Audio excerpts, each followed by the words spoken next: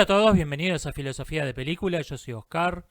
Como habrán notado quienes sigan mis canales hace tiempo, Kant es un tema que no suelo tocar. Y la razón de esto es bastante simple, me cuesta muchísimo entenderlo. Es un autor que conozco mayormente por fuentes indirectas y espero que quienes me lo explicaron a mí lo hayan entendido bien ellos, porque yo no le entiendo un carajo al amigo Immanuel. Pero voy a hacer una excepción en este caso porque he notado que un concepto central en el pensamiento kantiano, la distinción entre la libertad positiva y la libertad negativa, se está difundiendo de modo distorsionado, se está malinterpretando, se está difundiendo y refutando un hombre de paja. Y en esto creo que quienes están atacando a este hombre de paja lo están haciendo de buena fe, porque sus fuentes también son indirectas y están no ellos tergiversándolo maliciosamente a Kant, sino interpretando a Kant a través del filtro de gente que lo distorsionó con malas intenciones. Creo que es una falacia del hombre de paja de buena fe, pero sigue siendo una falacia del hombre de paja. Empecemos por explicar qué no es la libertad positiva. Se ha vinculado y asociado este concepto al absurdo jurídico de los derechos positivos. La doctrina de los derechos positivos dice que nosotros como seres humanos no solo tenemos unos derechos negativos a la vida, a la propiedad y etcétera, a la libertad, que son básicamente el derecho a que nos dejen en paz, el derecho a que no nos rompan las pelotas, sino que tenemos unos derechos positivos. Tenemos derecho a tener una vivienda, por ejemplo. Ahora bien, acá viene el contraargumento. Para que yo ejerza mi derecho positivo a tener una vivienda, alguien tiene que construir una vivienda. Las viviendas no brotan de la tierra, no caen de los árboles. La vivienda las construye alguien. Por lo tanto, para que yo ejerza mi derecho positivo a tener una vivienda, alguien tiene que haber construido una vivienda y ese alguien no se quedó con la vivienda que le correspondía por derecho natural a quien la hizo. Y nos dicen que esta es la idea básica de la libertad positiva de Kant, que no tenemos solo una libertad negativa que nos garantice unos derechos negativos, sino una libertad positiva que nos garantice unos derechos positivos. Esto es completamente falso. Esto es atribuirle a Kant una filosofía de décima categoría que no existió hasta, para felicidad de Kant, no existió hasta más de un siglo en el futuro. No es de esto de lo que se trata la libertad positiva. Existen dos clases de conceptos políticos.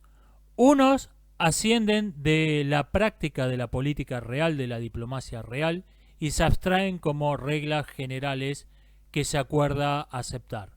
Por ejemplo, el principio de no intervención se puede traducir al lenguaje llano sin que pierda nada en la definición, en la traducción, como no te metas donde no te llamaron. ¿Quién te dio vela en este entierro? Es simplemente eso, dicho de un modo mucho más sofisticado, más refinado, en francés, pero no significa otra cosa que eso. Y hay otra clase de conceptos, en cambio, que bajan a tierra de una teoría filosófica, se abstraen de una doctrina ética, de una doctrina cosmológica general. Este es el caso de la distinción entre la libertad positiva y la libertad negativa, y por eso no es tan fácil de explicar en lenguaje llano, porque no procede del lenguaje llano. No es algo, cosas como el principio de no intervención son fáciles de explicar en lenguaje llano porque salieron del llano. Están simplemente pulidas un poco, refinadas un poco. No es el caso de este concepto. Kant parte de una cuestión filosófico-teológica. Observa que hay una visible incoherencia o una aparente incoherencia entre el mundo que nos revela la ciencia, la cual nos dice que la naturaleza se rige por el más puro fatalismo y podemos predecir lo que va a ocurrir en el mundo natural si conocemos sus leyes intrínsecas, con la doctrina revelada de la religión cristiana, la cual nos dice que los hombres tenemos libre albedrío. Se pregunta cómo pueden ser ambas cosas verdad, y esto lo lleva a replantearse el principio de no contradicción. El principio de no contradicción nos dice que una cosa no puede ser y no ser al mismo tiempo y con la misma definición de ser. Por ejemplo, este bolígrafo no puede ser azul y al mismo tiempo y en el mismo sentido de ser y en el mismo sentido de azul, no ser azul. Ese es el principio de no contradicción. Entonces Kant dice que para que no haya contradicción entre el mundo fatal que nos revela la ciencia y el libre albedrío que predica la religión, tenemos que aceptar que están hablando de dos conceptos distintos de libertad. En un sentido, en el sentido natural, no somos libres, y en el otro sentido, en el sentido de la religión, somos libres. Esta es la base de su distinción entre dos libertades. Kant dice que una cosa, una persona o una sociedad tienen libertad negativa cuando no hay una fuerza externa que los esté coaccionando u obligando a moverse en una determinada dirección. En este sentido decimos, por ejemplo, que una piedra está en caída libre. Queremos decir que nada está deteniendo la piedra, que nada está desviando la piedra, que nada está conduciendo la piedra como un helicóptero. La piedra está librada a la masa, la gravedad y la inercia, las leyes de la física brutas. Esta es la libertad negativa. Cuando un mercado está librado a las fuerzas naturales de la economía, tiene libertad negativa. Nadie lo está coaccionando, está haciendo lo que es la economía de suyo. Como la roca está librada a las leyes puras de la física, un mercado totalmente desregulado, un mercado anárquico, está librado a las fuerzas de la economía, a las fuerzas naturales de la economía. La libertad positiva, en cambio, la tiene la persona que se hace responsable de sus propios actos, que toma conciencia de su lugar en el mundo y acepta su destino como propio.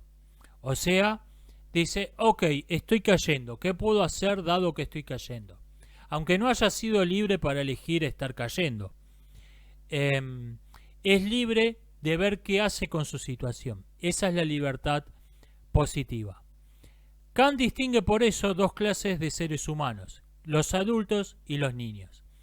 Dice que esta distinción no se corresponde de modo automático con el crecimiento del organismo.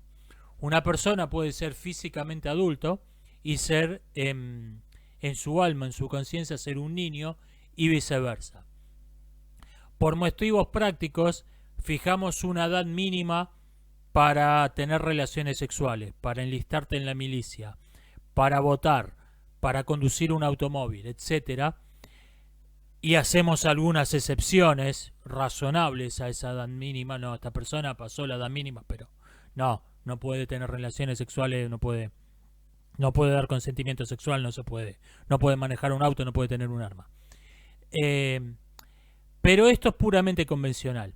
La verdadera distinción, la que distingue al hombre de espíritu adulto y al hombre niño, es que uno toma la responsabilidad de su ser, toma la responsabilidad de sus acciones, el otro no.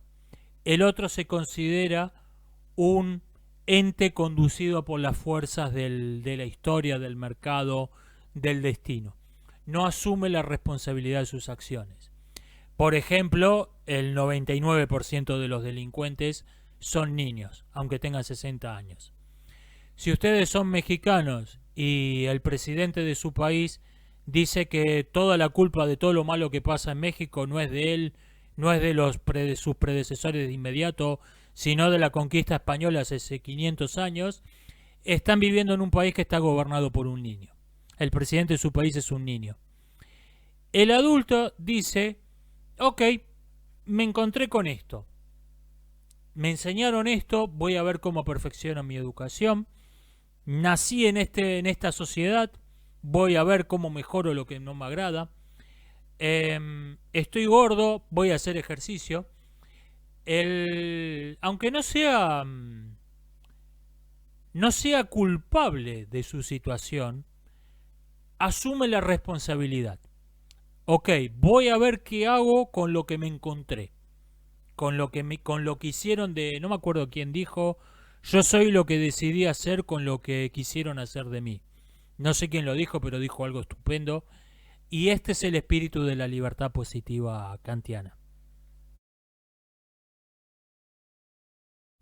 Para terminar, digamos que oponer libertad positiva o a libertad negativa, como diciendo, bueno, es mejor la libertad positiva que la libertad negativa, o hay que preferir la libertad negativa a la libertad positiva, es como el chiste del hombre que vendió el televisor para comprarse el reproductor de DVD.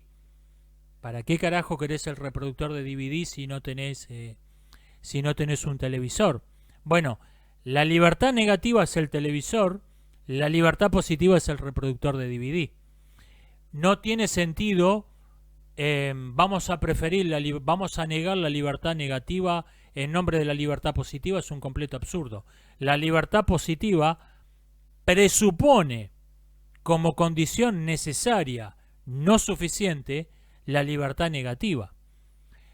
Puede ser que por el caos de la historia una persona que tiene libertad positiva se vea privado de la libertad negativa, pero esto es una situación temporal y más bien aparente que real.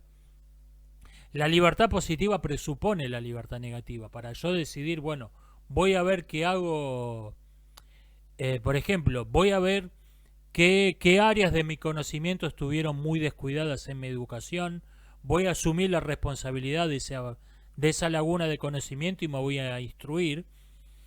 Si lo único que tengo en la librería es las memorias del amado líder del partido, no hay mucho que pueda hacer. O sea, la libertad positiva presupone la libertad negativa.